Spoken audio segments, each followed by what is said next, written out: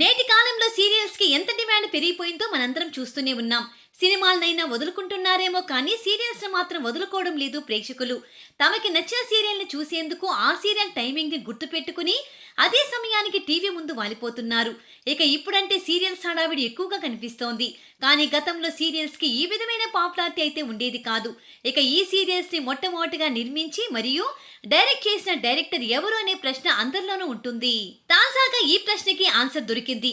ఓ comedian తెలుగులో మొట్టమొదటిగా serials ని తానే నిర్మించి మరియు డైరెక్ట్ చేసినట్లు చెప్పుకొచ్చారు. ప్రస్తుతం ఆయన వ్యాఖ్యలు సోషల్ మీడియాలో వైరల్ అవుతున్నాయి.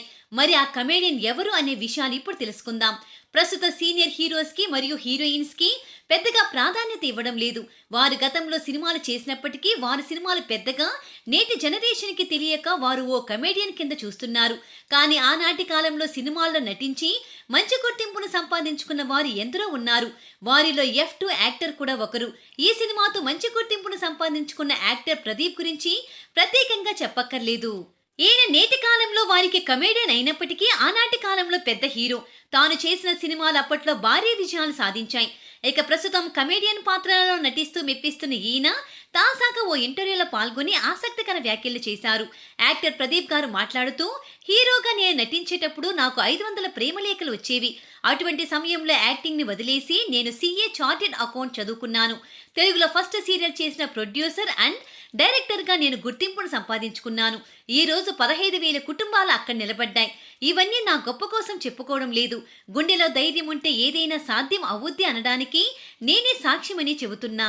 నాకు 14 నంది అవార్డులు వచ్చాయి టెలివిజన్లో. ఇక అవి తీసుకుంటూ ఇక్కడే ఉండిపోకుండా ఈవెంట్ మేనేజింగ్ కంపెనీ పెట్టి దాని నుంచి కార్పొరేట్ ఫిలిం మరియు అడ్వర్టైజ్మెంట్ ఫిలిం యాడ్స్ చేస్తూ ఉన్నాను. 1985లో పర్సనాలిటీ డెవలప్మెంట్, వ్యక్తిగత వికాసం అంటే ఏంటో ఎవరికీ తెలియని రోజుల్లో 7 పోస్ట్ గ్రాడ్యుయేషన్ డిప్లొమా నేను నా వైఫ్ కంప్లీట్ చేశామంటూ వెల్లడించారు ప్రదీప్ గారు.